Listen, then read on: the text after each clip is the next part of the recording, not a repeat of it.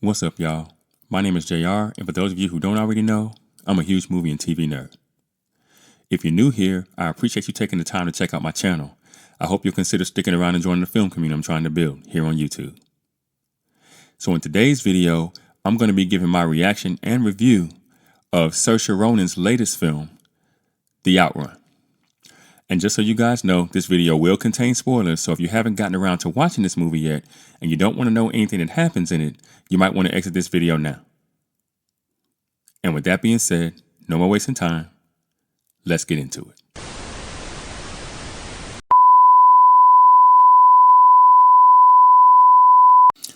The Outrun is a foreign-made drama film directed by Nora Fingscheidt from a screenplay she co-wrote with Amy Liptrot, and a story the two co-wrote with Daisy Lewis, based on the 2016 memoir of the same name, written by Liptrot. A co-production between the United Kingdom and Germany, it stars Saoirse Ronan, who also serves as a producer, along with Papa Esindhu, Nabil Aliohabi, Izuka Hoyle, Lauren Lyle, Saskia Reeves, and Stephen Delane in supporting roles.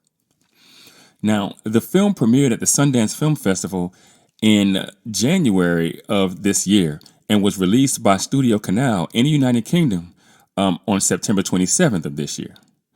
It is slated for release in Germany on November 7th. And, it was just made available here in the US, from what I understand. Now, at the time of the making of this video, the movie has an 81% on Rotten Tomatoes based on 146 critic reviews, and the film's popcorn meter currently sits at 81% as well, based on over 50 verified ratings. The film has a Metascore of 72 on Metacritic based on 43 critic reviews, with a user score of 5.2 based on 23 user ratings. And finally, it has a 7.3 out of 10 on IMDb with almost 3,000 ratings. So, I heard about this film a few months ago, and I was immediately interested in seeing it, mainly because I think Saoirse Ronan is one of the premier modern actors. And I'm, unapologetic about saying that I'm willing to watch anything that she's in, pretty much. And I also heard that this film was based on a true story, and that was another selling point for me, mostly because I think that when you have a film that's based on true events, the writers basically have all the answers to the test. And when you have the film's beats taken care of you as a writer, all you really have to do is focus on the small writing, right? I say all that to say I was expecting the writers to hit a home run here because what else could you hit? I mean, they're basically hitting off the tee, you know what I mean? So when the film finally became available here in the U.S., which I believe was today, I stopped what I was doing to sit down and check it out. So I thought the film's opening images was really interesting, and visually, I thought it was really stunning. And it let you know from the jump that you were watching an indie film. Right away, I could tell that the film's tone and feel was the indiest indie film tone I've seen in quite some time. Right from the start, if you get me. And I don't necessarily think that to be a bad thing. Right. I actually think the future is indie film. As Hollywood kind of continues to lose like hundreds of millions of dollars at the box office, I think 20 years from now or so, all we're going to be doing is watching indie films. But I thought the film also got right into using the natural beauty of the Orkney Islands to its advantage. And I think that was something that worked as a plus for the film, in my opinion. I think that the Orkney Islands kind of has this majestic kind of tone and feel to it. And me being from the States, I don't know much about, Scotland, outside of just, some basic historical things and stuff like that. So to be able to see the Orkney Islands and kind of the dreariness of them, the waves crashing against the rocks, all that kind of stuff, I thought it painted a really nice picture for the film and the story to kind of be set against, if you know what I mean.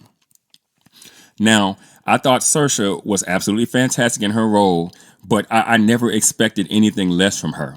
And though her performance did a lot to kind of draw you into what was happening in the moment, I found that didn't necessarily translate for me from scene to scene.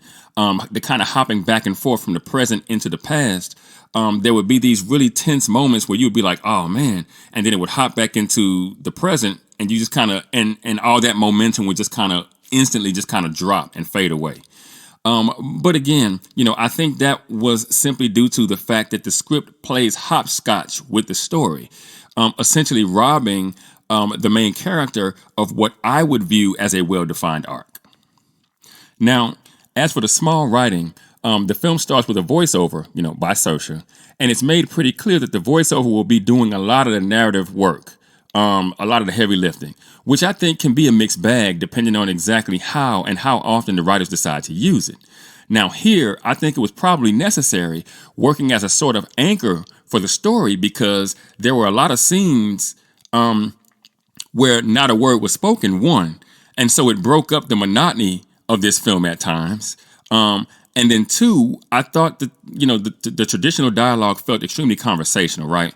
Something that I think really sets indie films apart from their studio counterparts. And I say that in a good way, right? I think it makes you feel as though you're simply watching a character or a person live their life, as opposed to being constantly made aware that someone sat down and wrote everything that the characters are saying. When the dialogue gets extremely conversational, you immediately start to ask yourself, was this improvised, right? And if it feels like it was improvised, then it kind of feels like you're just kind of a fly on the wall, kind of watching things happen to people, as opposed to it being like, oh, this person sat down and crafted every single word. Like I said, it makes indie films feel less corporate, if you know what I mean, Now, as for the beats of the film, however, I felt like they were effectively non-existent, which can sometimes happen in a film that's based on a true story, because sometimes when scripts are being written based upon a true story, especially when the person whose life it's based on has a hand in writing the script, there can be a focus on exactly what happened and when. There's a kind of a separate order kind of assigned to things, because the person who's writing the script goes, I remember what happened. I remember the order that it happened in. So instead of trying to make the events fit into the structure of a beat sheet, for example, they just go, I'm going to write this in the order that it happened. But the story here is told in non-chronological order, which I think confuses the issue greatly, in my opinion, especially because it doesn't feel like the story is kind of fastened to a beat sheet in any kind of way. I thought it was really hard at times to understand the order of events that took place in the flashbacks wherein Ronan was an adult. Now, of course, the flashbacks when Ronan was a little kid, you kind of just go, okay, we understand all that came first. But even there, you kind of are unsure about what happened first, second, third, or fourth. So the film just kind of felt like it was all over the place.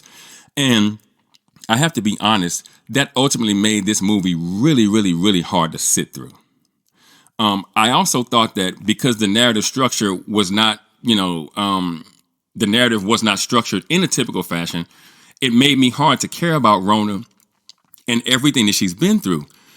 Because where the film starts, we don't actually see her descend into alcoholism. We basically meet her already there. And the film tries to use that fact, the fact that Roma's father suffers from bipolar disorder, and the fact that she does too, as the reason for her troubles. And though that's an explanation for her behavior, it doesn't necessarily bind you to the character in a way that makes you care about the outcome of her story, which honestly I thought was a shame. Now, overall, I'd give this film a 60% or a 6.0 if you're thinking IMDb score. As I said before, I thought Saoirse Ronan was great in this film. But again, I didn't expect anything less. I also thought, again, that the use of the island location of Orkney was very picturesque, and it really did give the film something really grand to kind of stand on. But unfortunately, those two things alone were not enough to overcome what I felt were shortcomings of the script itself. This movie was clearly made for an extremely small subset of indie film enthusiasts, right? I say all that to say this film isn't for everyone, and I think that's okay, mostly because it feels like the filmmakers decided that from the very outset, in which case I would say that they probably achieved exactly what they set out to. That said, this one was a one-time watch for me. I just thought it was way too pretentious, even for an indie film about addiction, right? And I had to stop the film twice to take a break, if I can be completely honest with you guys. And as I continue to be honest with you guys, I really don't think I could have sat through this one in a theater. That's just how difficult this film was to get through. And as I think about what I saw, in this 2-hour tale. And the fact that it was 2 hours to begin with, I can't help but wonder if this film was a full 30 minutes longer than it absolutely had to be. But what do you guys think? Have you seen The Outrun yet? If you have, what did you think about it? Let me know in the comments. And for those of you that might be new to the channel, be sure to like and share this video. If you really like the content, be sure to subscribe and hit that notification bell. That way you'll be notified whenever I drop a new video. You can also support the channel now by leaving a super thanks. If you should be so inclined, I'd really appreciate it. Also, be sure to go and check out themadscreenwriter.com for more television and film reviews and info on my upcoming film projects. And with that, I'm going to go ahead and get out of here. I got screenplays to write, and I'll catch y'all on the next video.